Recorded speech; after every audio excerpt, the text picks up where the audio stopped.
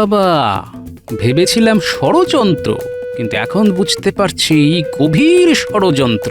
ঠিক আছে ষড়যন্ত্রী মশাই, ঠিক সময় মতো হাটে তোমার হাড়ি আমি ভাঙবই।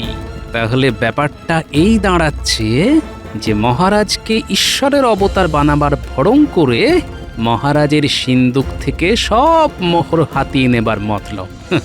আমি থাকতে যে সেটাই আর হচ্ছে না মন্ত্রী মশাই।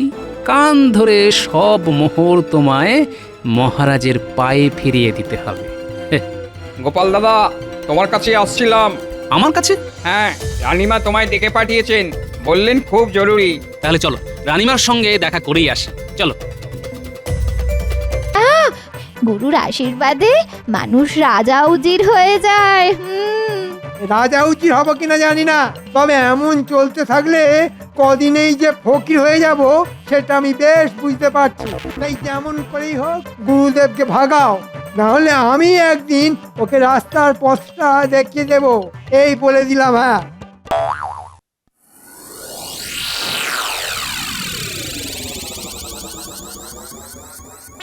কিরে বটা ঘটা, সাত সকালে এমন চুপ করে গাছতলায় বসে আছিস কেন? মনে মনে নিশ্চয়ই কোনো বদ মতলব আছিস। এমা কি যে বলো, বদমতলব আটবো কেন? হাতে তো তেমন কোনো কাজকর্ম নেই, তাই একটু বসে আছি। তোদের হাতে কাজকর্ম নেই, আবার মন্ত্রী মশাইও কদিন হলো রাজসভায় আসছেন। কেমন যেন একটা গন্ডগোলের গন্ধ পাচ্ছি। না না, গন্ডগোল হবে কেন? আসলে আসলে ওই মন্ত্রীমশাইয়ের বাড়িতে তার বউয়ের গুরুদেব এসেছে, তাই তাকে নিয়ে মন্ত্রীমশাই খুব ব্যস্ত। বেশ বেশ বেশ, গুরু সেবা মহাধর্ম। শুনেছি মন দিয়ে গুরু সেবা করলে পাজি লোক নাকি পাল্টে একেবারে ভালো মানুষ হয়ে যায়। ভালো ভালো, মন দিয়ে গুরু সেবা করতে দে মন্ত্রী মশাইকে।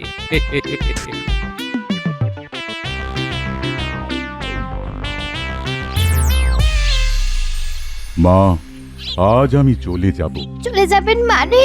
এই তো গতকাল বললেন যে আর কটা দিন থাকবেন। হ্যাঁ বলেছিলাম বটে, তবে আমি ভেবে দেখলাম আমি গৃহত্যাগী সন্ন্যাসী, বেশি দিন সংসারের মধ্যে থেকে কেমন মায়ায় আবদ্ধ হয়ে পড়েছি। নিজে কানে যা শুনলাম তাতে আর বেশি দিন থাকলে তোর স্বামীর কাছে হয়তো ঘাত ধাক্কা খেতে হবে। না রে মা, একবার যখন মনস্থির করে ফেলেছি তখন আমায় যেতে দে। মনস্থির যখন করেছেন তখন আপনাকে আটকাবার ক্ষমতা আমার নেই গুরুদেব। তবে যাওয়ার আগে আশীর্বাদ করে যান যাতে আমার স্বামীর ধর্মে মতি হয়। হবে রে মা, হবে। ঈশ্বরের আশীর্বাদে সব ঠিক হয়ে যাবে। আবার কি করছিস মা? এই আঁচলে করে আপনার একটু পায়ের ধুলো মুড়ে নিলাম বাবা। আমার স্বামী এলে তার মাথায় ছুঁয়ে দেব। এটা রাখ, তবে খরচ করে নষ্ট করিস না। লক্ষ্মীর ঝাঁপিতে রেখে দিবি, দিনে দিনে তোর সংসারে শ্রীবৃদ্ধি ঘটবে।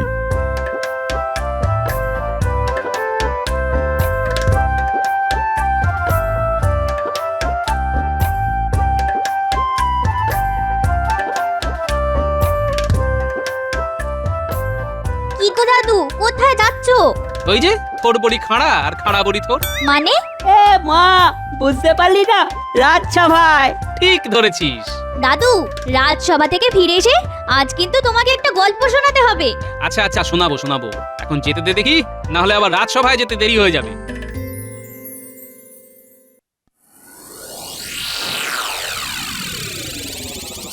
গিন্নি, ও গিন্নি, কোথায় গেলে গো?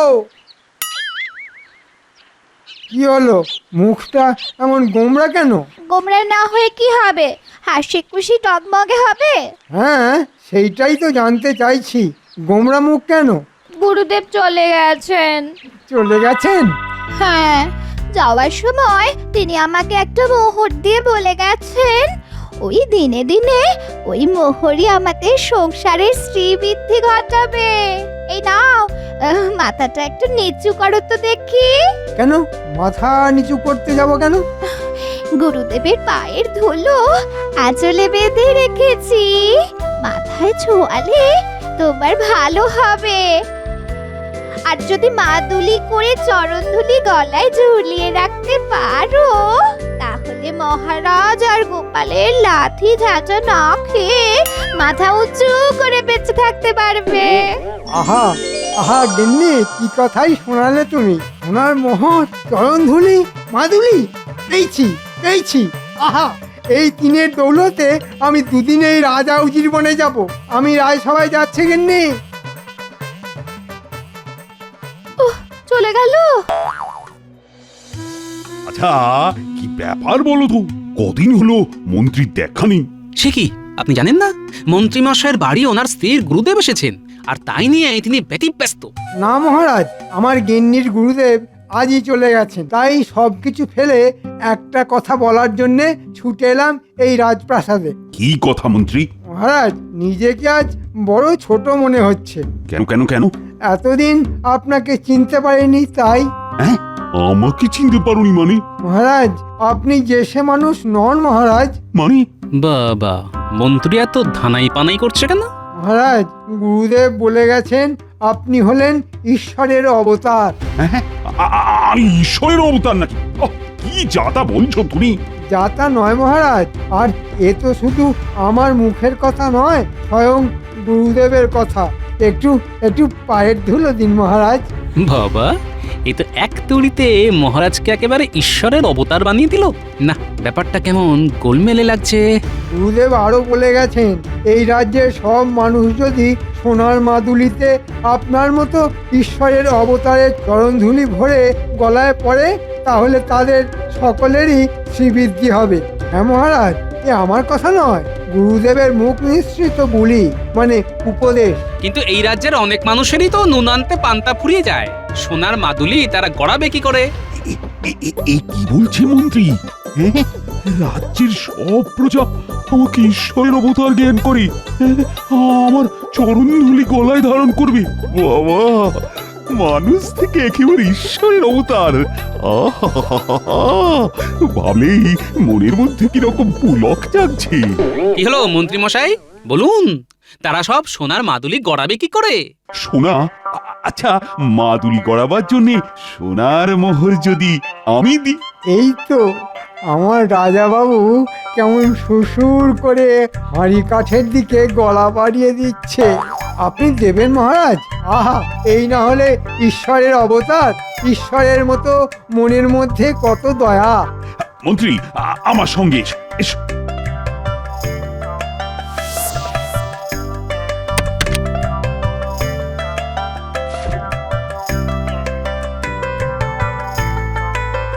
মন্ত্রী, ভেতরে এসো। আসছি মহারাজ। এই নাও মোহরের থলি। 50টা মতো আছে। এই মোহর ভাঙিয়ে শ্যাকরাকে দিয়ে অনেক সোনার মাদুলি বানাবে, আর মাদুলি বানানো হয়ে গেলে তাতে আমার পদধূলি ভরে প্রত্যেক প্রজাকে দিয়ে দেবে। 50টায় কি আর হবে রাজা বাবু, আমার যে আরো অনেক সোনার মোহর চাই। ঠিক আছে মহারাজ, তাই হবে। তবে 50টা মোহরে তো সকলের মাদুলি হবে না। ও, তাহলে কটা লাগবে? সেটা ঠিক বলতে পারছি না, তবে মনে হয় একটা মোহরে বড় জোর 2টো মাদুলি হতে পারে। ঠিক আছে ঠিক আছে, মোহরের কথা চিন্তা করো না তো, যত লাগবে তত দেব। সে তো দেবেই রাজা বাবু। ঈশ্বরের অবতার সাজার যা নেশা তোমার মধ্যে ঢুকিয়ে দিয়েছি। বেশ, ভালো দেখে সোনার মাদুলি বানাবে কিন্তু। সে তো বানাবোই রাজা বাবু, তোমায় বলেছি একটা মোহরে বড় জোর 2টো মাদুলি হতে পারে। আমি তো সোনা দিয়ে বানাবোই না, বানাবো গিলটি সোনা দিয়ে। আর এই সব সোনার মোহর ঢুকে যাবে আমার সিন্ধুকে। আপনি কোনো চিন্তা করবেন না মহারাজ। তাহলে এখন আমি যাই মহারাজ। এসো এসো এসো। আহা, কি আনন্দ কি আনন্দ! সমস্ত প্রজা আমার চরণধুলি মাদুলি করে গলায় পরে থাকবে। তারা তারা সকলে আমাকে ঈশ্বরের অবতার মনে করবে। ভাবা যায়? ওই আনন্দেই থাকুন আপনি, আর কাঁড়ি কাঁড়ি মোহর ওই বদমাইশ মন্ত্রীর হাতে তুলে দিন। ছি ছি ছি ছি ছি ছি, এ কি মোদি ভ্রম হলো আপনার? সামান্য মানুষ কি কখনো ঈশ্বরের অবতার হতে পারে? কেন কেন কেন কেন হতে পারে না? আরে আমি তো কোনো সামান্য মানুষ নই, আমি রাজা, মহারাজা। হ্যাঁ মানছি আপনি রাজা, আর 5টা রাজার মতনই দোষে গুণে কামনায় বাসনায় ভরা সামান্য এক রাজা। আর আপনি যদি সত্যি ঈশ্বরের অবতার হতেন তাহলে এই সংসার এই রাজত্ব ছেড়ে কবেই হিমালয়ে চলে যেতেন। আচ্ছা, আমি ঈশ্বরের অবতার হলে তোমার গায়ে তো জ্বালা ধরছে কেন বলতো? ও হা হা, বুঝতে পেরেছি, হিংসাতে জ্বলে পুড়ে যাচ্ছ, তাই এত কথা বলছো না? হিংসে? আপনার ভালো কিছু হলে সব থেকে খুশি তো আমিই হব মহারাজ, আমিই হব। কিন্তু তবু আমি খুশি হতে পারছি না। কেন জানেন? কারণ মন্ত্রীর কথায় নেচে এটা নিছকই একটা অলীক কল্পনা আপনার। তাই আবারও বলছি, মাথা থেকে ঈশ্বরের অবতার হওয়ার এই ভূত নামান মহারাজ, এই ভূত নামান। নিজের পায়ের ধুলো প্রজাদের গলায় পরি আর পাপ বাড়াবেন না মহারাজ। বেশ, গলায় পরাবো। এতে যদি তোমার আপত্তি থাকে তাহলে তাহলে বাপের বাড়ি চলে যেতে পারো। এত বড় কথা বললেন। ঠিক আছে, তাই যাব। তবে এ কথা বলে রাখছি, একদিন আপনি ঠিক বুঝতে পারবেন মন্ত্রীর কথায় নেচে কি মারাত্মক ভুলটা আপনি করেছেন। আজ মেজাজ দেখিয়ে চলে যাচ্ছ তো, কিন্তু কিন্তু এমন একদিন আসবে যেদিন আমাকে ঈশ্বরের অবতার জ্ঞান করে তোমাকেও আমার চরণধুলি মাদুলি করে নিজের গলায় ধারণ করতে হবে।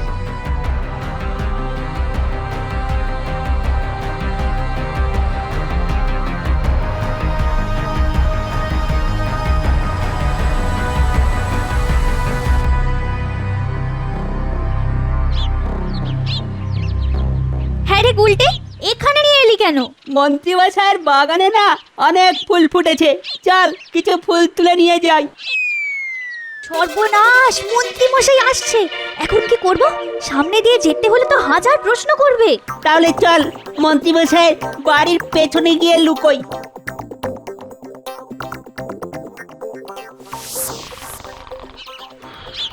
গিন্নি, কোথায় গেলে গো গিন্নি? সবে দু চোখের পাতা একটু এক করেছিলাম, অমনি গিন্নি গিন্নি করে দিলে তো আমার কাঁচা ঘুমটা ভাঙিয়ে। গিন্নি, এখন এমন একটা কথা শোনাবো না, যা শুনলে তোমার চোখ থেকে সব ঘুম উড়ে যাবে। সব ঘুম উড়ে যাবে? সব ঘুম উড়ে গেলে আমি কি করব? শুধু মোহর গুনবে গিন্নি, শুধু মোহর গুনবে। মোহর গুনবো? এই, তোমার মাথা কি খারাপ হয়ে গেছে? না গো গিন্নি, খারাপ নয়, এই দেখো। ও মা, এত মোহর কোথায় পেলে? কোথায় পেলে গো? মহারাজকে সে বুদ্ধ বানিয়ে নিয়ে এসেছি। মহারাজ এখন ঈশ্বরের অবতার হওয়ার ইচ্ছে নেচে উঠেছেন, আর তাকে মাদর নাচ নাচিয়ে কোষাগারের সব মোহর আমি ধীরে ধীরে ফাঁকা করে দেবো। হ্যাঁ, কিন্তু মহারাজকে বুদ্ধ বানালে কি করে? বলো বলো। কি বলছিস কি রে তোরা? গো দাদু, ঠিকই বলছি। এরকম একটা সন্দেহ আমারও হয়েছিল। মন্ত্রী মশাই বলছিল যে মহারাজ এখন নাকি ঈশ্বর হওয়ার ইচ্ছায় নেচে উঠেছেন, আর তাকে বাদর নাচ নাচিয়ে কোষাগারের সব মোহর ধীরে ধীরে ফাঁকা করে দেবে। পুরো ব্যাপারটা তাহলে একটা ষড়যন্ত্র। ঠিক আছে, মন্ত্রীর ওপর নজর রাখতে হবে, বুঝলি? তোরা এখন বাড়ি যা, তবে আরো কিছু খবর পেলে তক্ষুনি আমায় এসে জানাবি। ঠিক আছে দাদু।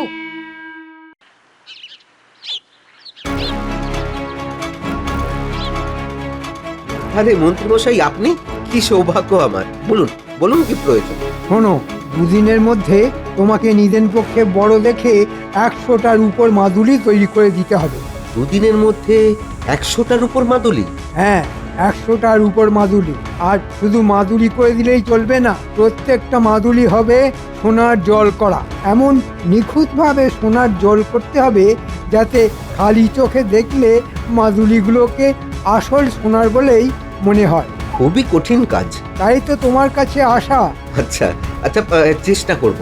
না, চেষ্টা করব বললে হবে না, করে তোমায় দিতেই হবে। আর এই নাও, তোমার কাজের পারিশ্রমিক হিসেবে একটা সোনার মোহর রাখো। আমি চললাম। ও বাবা, ভেবেছিলাম ষড়যন্ত্র, কিন্তু এখন বুঝতে পারছি গভীর ষড়যন্ত্র। ঠিক আছে ষড়যন্ত্রী মশাই, ঠিক সময় মতো হাটে তোমার হাড়ি আমি ভাঙবই। তাহলে ব্যাপারটা এই দাঁড়াচ্ছে যে মহারাজকে ঈশ্বরের অবতার বানাবার ভড়ং করে মহারাজের সিন্দুক থেকে সব মোহর হাতিয়ে নেবার মতলব। আমি থাকতে যে সেটাই আর হচ্ছে না মন্ত্রী মশাই। কান ধরে সব মোহর তোমায় মহারাজের পায়ে ফিরিয়ে দিতে হবে। গোপাল দাদা, তোমার কাছে আসছিলাম। আমার কাছে? হ্যাঁ, রানীমা তোমায় ডেকে পাঠিয়েছেন, বললেন খুব জরুরি। তাহলে চলো রানীমার সঙ্গে দেখা করেই আসি, চলো। কিছু একটা করো গোপাল, কিছু একটা করো, কিছু একটা করে মহারাজকে এই ঈশ্বরের অবতার সাজার পাগলামি থেকে বাঁচাও। সে তো বাঁচাবোই রানীমা, আর তার অনেকটা কাজ আমি গুছিয়েও ফেলেছি। কিরকম? সেটা না হয় সময় এলেই দেখতে পাবেন। আমি তাহলে এখন যাই রানীমা। আচ্ছা এসো, তবে আমি কিন্তু তোমার ভরসাতে রইলাম গোপাল। কোনো চিন্তা করবেন না, মনে রাখবেন আমি থাকতে মহারাজকে কেউ ভুল পথে চালাতে পারবে না।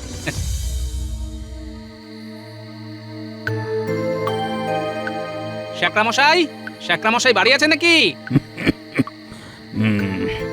কি ব্যাপার গোপাল বাবু, এই রাতের বেলায় আমার বাড়িতে? একটা খুব গোপন আর দরকারি কথা ছিল। বলুন। তাহলে বুঝতে পারলেন তো আপনাকে কি করতে হবে? হ্যাঁ, বিলক্ষণ বুঝতে পেরেছি। তাহলে খবর পাঠালেই চলে আসবেন। ঠিক আছে, ঠিক আছে গোপাল বাবু।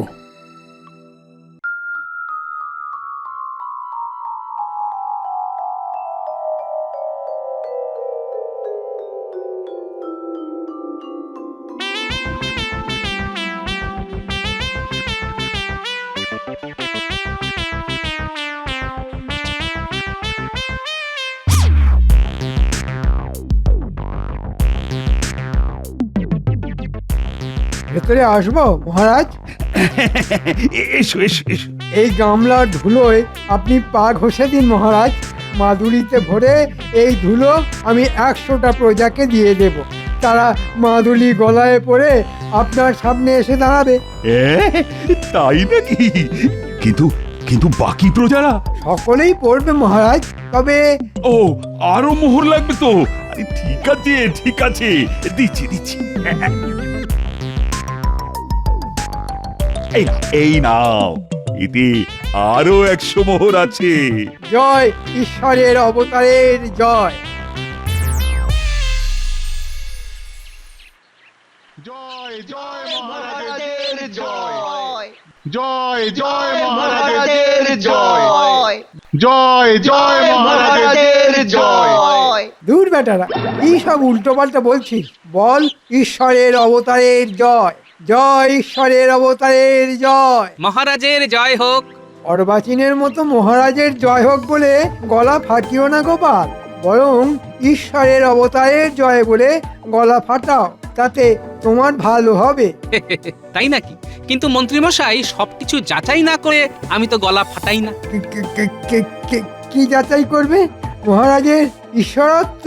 মোটেই না। আমি যাচাই করব এই সব মানুষগুলো গলায় যে সোনার মাদুলি পড়ে আছে সেইগুলো। মানে? শ্যাকরামশাই, আপনার কোষ্ঠী পাথরটা নিয়ে এদিকে আসুন তো। গোপাল আবার এই পুরো স্যাগরাটাকে নিয়ে এলো কেন? সর্বনাশ! তাহলে কি কিছু সন্দেহ করেছে? শ্যাকরামশাই, একজনের গলা থেকে সোনার মাদুলি খুলে আপনার কোষ্ঠী পাথরে ঘষে একটু পরীক্ষা করে দেখুন তো যে মাদুলির সোনা আসল না নকল। এই এসব কি বলছো গোপাল? মাদুলির সোনা নকল হতে যাবে কেন?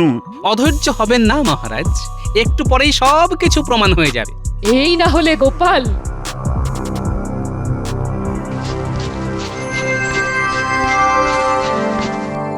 গোপাল দাদা, এই সোনা নয়, সোনার জল করা রূপোর মাদুলি।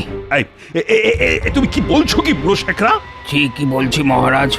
বিশ্বাস না হলে যে কোনো শ্যাকরাকে ডেকে এনে পরীক্ষা করিয়ে নিতে পারেন। মন্ত্রী, এ আমি কি শুনছি? মন্ত্রী মশাই আর কি বলবে মহারাজ, তার থেকে বরং আমি বলছি। আপনার মাথায় ঈশ্বরের অবতার হওয়ার ভূত চাপিয়ে কোষাগার থেকে সব মোহর হাতিয়ে নেবার মতলবে ছিলেন আমাদের মন্ত্রী মশাই। চরণধুলি ভরা সোনার মাদুলি ছিল একটা বাহানা। ও বুঝতে পেরেছি, সব কিছু এখন জলের মতো পরিষ্কার হয়ে গেল আমার কাছে। ছি ছি ছি ছি ছি, ছি। কত বড় একটা পাপ করতে যাচ্ছিলাম আমি। আমি আগেই বলেছিলাম মহারাজ, 5টা রাজার মতো আপনিও একজন রাজা। তবে মনে রাখবেন, ভালো রাজা হলেও আপনি ঈশ্বরের অবতার হতে পারেন না। ঠিক ঠিক, আমার মতো রাজা কি কখনো ঈশ্বরের অবতার হয়? না হতে পারে। ছি ছি ছি ছি ছি। আমি আমার নিজের পায়ের ধুলো আমার আদরের প্রজাদের গলায় পরিয়েছি। তোমরা তোমরা সকলে ক্ষমা করো আমাকে। আর এক্ষুনি এক্ষুনি গলা থেকে ওই মাদুলি খুলে ফেলে দাও।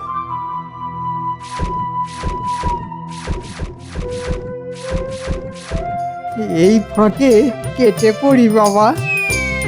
আই আই আই, সেনাপতি সেনাপতি, মন্ত্রী পালাচ্ছে। ধরো ধরো ওকে, ধরো। ভুল হয়ে গেছে মহারাজ, আমায় ক্ষমা করে দিন। ক্ষমা করে দিব? হ্যাঁ, তোমার মতো এক চোরকে ক্ষমা করব? কখনোই না। আমার কাছ থেকে হ্যাঁ হ্যাঁ হ্যাঁ মোট 150টা মোহর নিয়েছো তুমি, আর তাই সকলের সামনে কান ধরে 150 বার উঠবোস করবে। ওরে বাবা, আমি রুগ্ন মানুষ, 150 বার উঠবোস করলে আমার হাঁটু যে খুলে যাবে। আমি যে অক্কা পাবো মহারাজ, আমি যে অক্কা পাবো। আরে অক্কা পাবেন কেন? ওঠবস করতে করতে শুধু সেই মন্ত্রটা বলবেন। কোন মন্ত্রটা গোপাল ভাই? ওই যে মাদুলি, মুখের বুলি আর চরণধুলি। এটাও তুমি জেনে গেছো?